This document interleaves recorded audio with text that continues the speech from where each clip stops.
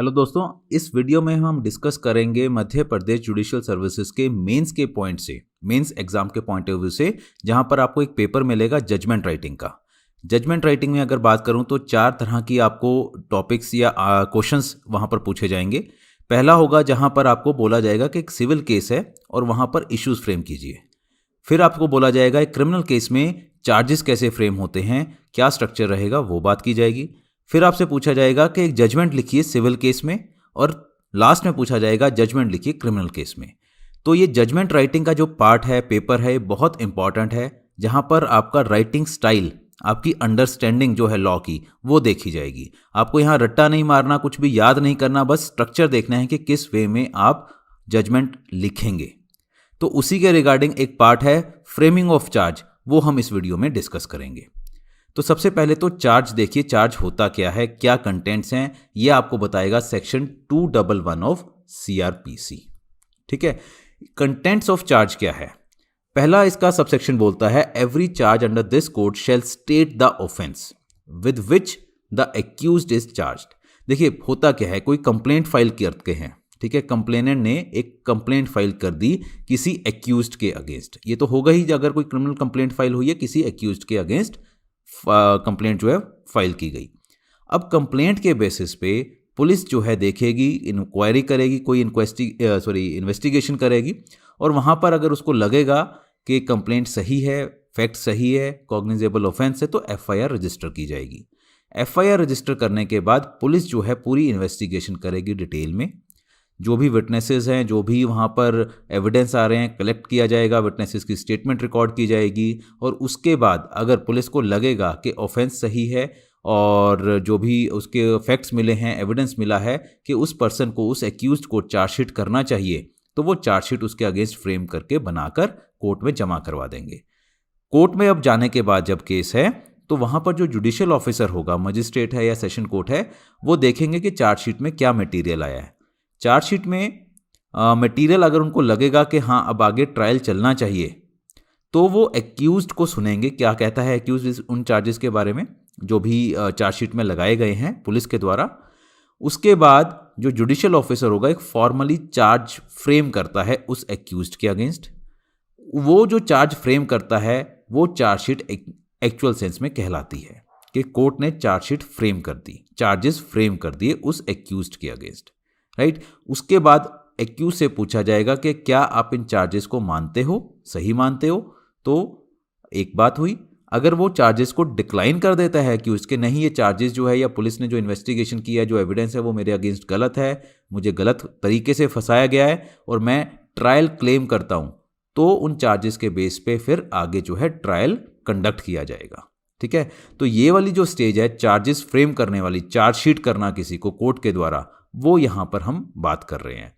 तो जो चार्जशीट है उसके कंटेंट्स क्या होंगे, जो कोर्ट में जज लिखेगा, तो ये बोला है कि हर चार्ज जो होगा उसमें बताना होगा कि ऑफेंस क्या है जिससे एक्यूज्ड को चार्ज किया जा रहा है, सो दैट एक्यूज्ड को पता हो कि मेरे अगेंस्ट ये चार्जेस फ्रेम हुए हैं, अब मुझे कैसे अब आगे अपना ट्रायल कंडक्ट करना है, एक्यूज्ड को पता होना चाहिए। तो ये राइट्स ऑफ एक्यूज्ड के लिए है कि हाँ एक्यूज्ड को पता होगा कि मेरे अगेंस्ट अब क्या क्या मटेरियल या एविडेंस जो है कोर्ट की फाइल में लगे हुए हैं। सेकंड है if the law which creates the offence gives it any specific name. कोई अगर उस चार्ज का, कोई ऑफेंस का कोई स्पेसिफिक नेम है तो वो उसको कोई स्पेसिफिक नेम देंगे। अगर नहीं है कोई स्पेसिफिक नेम तो definition of the offence must be stated. ठीक है, तो जो भी ऑफेंस हुआ है उसकी क्या डेफिनेशन है, मान लो ट्रेस पासिंग हुई है तो क्या डेफिनेशन है। ठीक है, मान लो किसी भी तरह का कोई किसी को इंजर किया है, हर्ट किया है, ग्रीवियस हर्ट हुआ है, तो वो सब चीज़ें वहाँ पर मेंशन होगी। कौन सा लॉ लगेगा, कौन सा सेक्शन लगेगा जिसमें चार्ज किया जा रहा है, एंड सबसे इंपॉर्टेंट चीज़, जो चार्ज लगेगा वो लैंग्वेज ऑफ द कोर्ट में लिखा जाएगा। हिंदी है, इंग्लिश है, जो भी लैंग्वेज है, लोकल लैंग्वेज, उसी लैंग्वेज में चार्जशीट प्रिपेयर होगी। ये कुछ इंपॉर्टेंट चीज़ें हैं जो आपको सेक्शन 211 CRPC में समझनी है रिलेटेड टू चार्ज।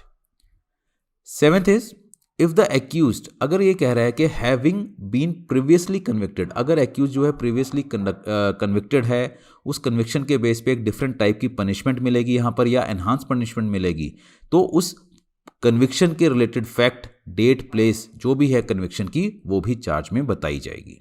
ठीक है, आपको जब पेपर में क्वेश्चन आएगा, कोई प्रपोजिशन वगैरह आएगी, तो ये सब चीज़ें नहीं लिखनी। ये आपकी अंडरस्टैंडिंग के लिए है कि आपको पता हो कि चार्ज बताया कहाँ गया है, कैसे कंटेंट्स होंगे, इसीलिए हम ये सब डिस्कस कर रहे हैं।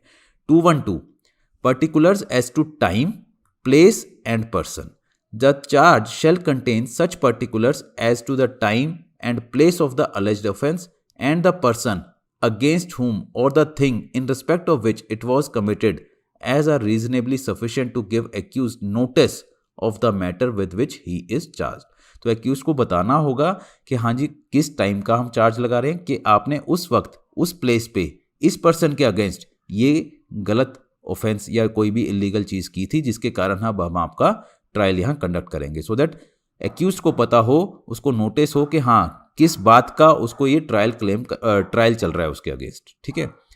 When the accuse is charge with criminal breach of trust या फिर डिसऑनेस्ट मिसअप्रोप्रिएशन ऑफ मनी और other movable property, it shall be sufficient to specify the gross sum और as the case may be describe the movable property in respect of which the offense is alleged to have been committed.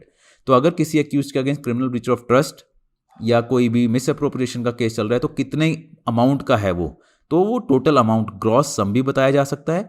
Movable property, हाँ जिसको भी उसने miss appropriate किया है कुछ है तो वो बता दिया जाए तो काफ़ी है।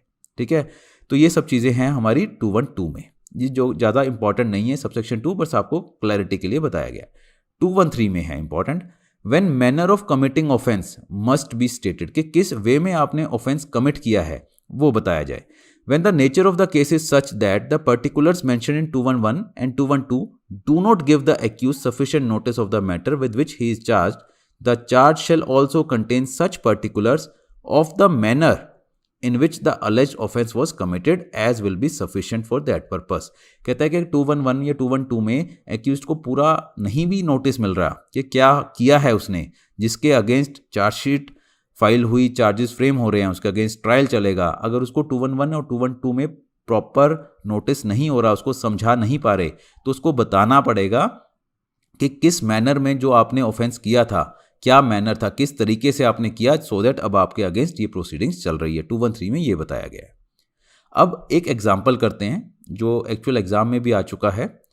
अब ये क्या कहता है इस एग्जाम्पल में, एक प्रपोजिशन है criminal. The prosecutrix P lodged a FIR in police station कोतवाली Narsinghpur alleging that on 12th of February 2019 at about 11 PM, देखिए टाइम आ गया, डेट आ गई, प्लेस आ गया Narsinghpur. When she was sleeping with her 2 years old son in her house situated at कोश्ती मोहल्ला नरसिंहपुर, ये place आ गया। Accused A entered into her house using a rope, caught hold of her hand and kissed her. Offence हो गया, उसके घर में enter किया, पहले तो रस्सी के द्वारा एंटर करने के बाद उसने उसका हाथ पकड़ा, किस किया।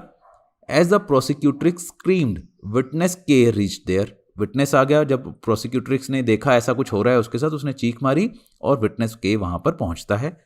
उसको देखकर एक्यूज जो है उसको धक्का देकर कंप्लेनेंट को भाग जाता है। Meanwhile some other neighbourers also reach there and prosecutrix narrated incident to them also, बाकी लोग आ गए, उसको भी बताया गया। नेक्स्ट डे उसका जब हस्बैंड आता है तो प्रोसिक्यूट्रिक्स ने FIR लॉन्च की पुलिस स्टेशन कोतवाली नरसिंहपुर। इन्वेस्टिगेटिंग ऑफिसर ने क्राइम जो था ये रजिस्टर किया, क्राइम नंबर बताया उसमें 20 of 2019 and after investigation submitted the chargesheet. तो ये चार्जशीट जैसे हमने स्टार्टिंग में बात की थी, पुलिस ने इन्वेस्टिगेशन करके चार्जशीट जमा करवा दी। अब इस केस में ऑफेंसेस क्या हुए हैं, देखिए ऑफेंसेस 2 हुए हैं। Outraging the modesty of a women section 354 IPC, lurking house trespass by night, रात को आया सनसेट के बाद, सनराइज से पहले, विदाउट परमिशन, और उस फीमेल की पोजेशन में था वो घर।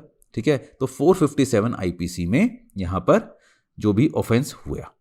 अब चार्जशीट कैसे होगी, तो चार्जशीट का एक पर्टिकुलर फॉर्मेट क्या है, यहां पर आपको स्टार्ट करना है आय, जो भी नाम है ऑफिसर का, जुडिशियल ऑफिसर का, और उसकी डेजिग्नेशन, जैसे मजिस्ट्रेट है, जुडिशियल ऑफिसर, सेशन कोर्ट है, जो भी है कि हाँ मैं एडिशनल सेशन जज या जुडिशियल मजिस्ट्रेट फर्स्ट क्लास। ठीक है।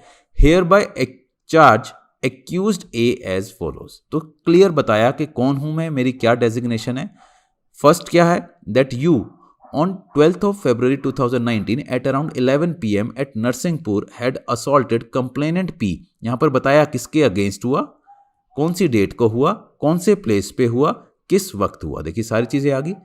Intending to outrage her modesty, अब ये ऑफेंस भी एक्सप्लेन किया, बताया कि क्या डेफिनेशन है, कैसे हुआ, by kissing her, and thereby committed an offence punishable under 354 IPC and within my cognisance. Within my cognisance क्या, मैं वहां का जो भी ऑफिसर हूं, जुडिशियल ऑफिसर, मजिस्ट्रेट हूं, ये ऑफेंस का जो ट्रायल है ये मेरे कॉग्निजेंस में आता है या मेरी हद में है, ये मैं इसकी जुरिडिक्शन रखता हूं इसका ट्रायल कंडक्ट करने की, राइट। तो ये आपने बिल्कुल हर चीज को देखते हुए पूरा एक्सप्लेन कर दिया उसको।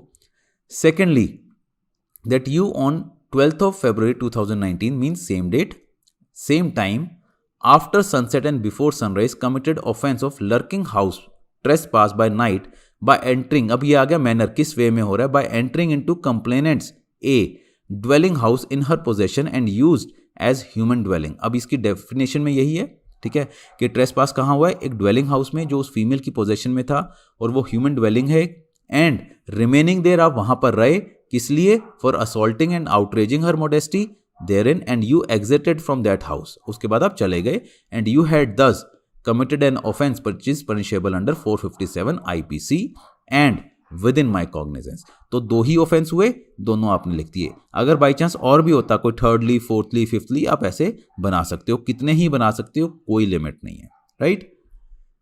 नेक्स्ट में, that the content of the present charge sheet has been read over and explained to the accused in Hindi language।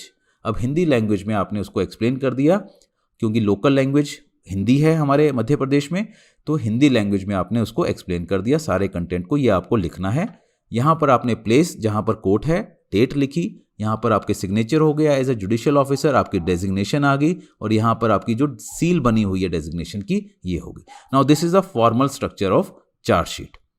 कोई भी किसी भी तरह की प्रपोजिशन आए, आपको इसी वे में सारे ऑफेंसेस, एक आप रफ पेज पे लिख लेंगे, सारे ऑफेंसेस लिख लिए क्या क्या हुए, और एक एक करके उनकी डेफिनेशन, उनके टाइम, प्लेस, मैनर, किसके अगेंस्ट क्या हुआ, वो ब्रीफ में लिखते हुए चार्जेस फ्रेम कर दिए। CRPC में ये बताया गया कि ऐसा नहीं है कि चार्जेस में अगर कोई गलती हो जाए तो कोई ट्रायल को विशेट कर देता है, ऐसा नहीं है। कोई अगर गलती भी रह जाए तो भी कोई ऐसी टेंशन नहीं है। चार्जेस अगर नहीं फ्रेम हुआ तो बाद में ऑल्टर किया जा सकता है, ऐड किया जा सकता है, ये सभी प्रोविजन CRPC में है। ये जस्ट आपकी नॉलेज के लिए आप CRPC पढ़ सकते हैं, राइट। तो ये हमारा यहाँ पर वीडियो खत्म होता है, जहाँ पर हमने जजमेंट राइटिंग वाला जो पेपर है आपका, उसमें देखा चार्जशीट कैसे फ्रेम की जाएगी, राइट। सब्सिक्वेंट वीडियोस हमारे देखते रहिए, right. Thank you very much.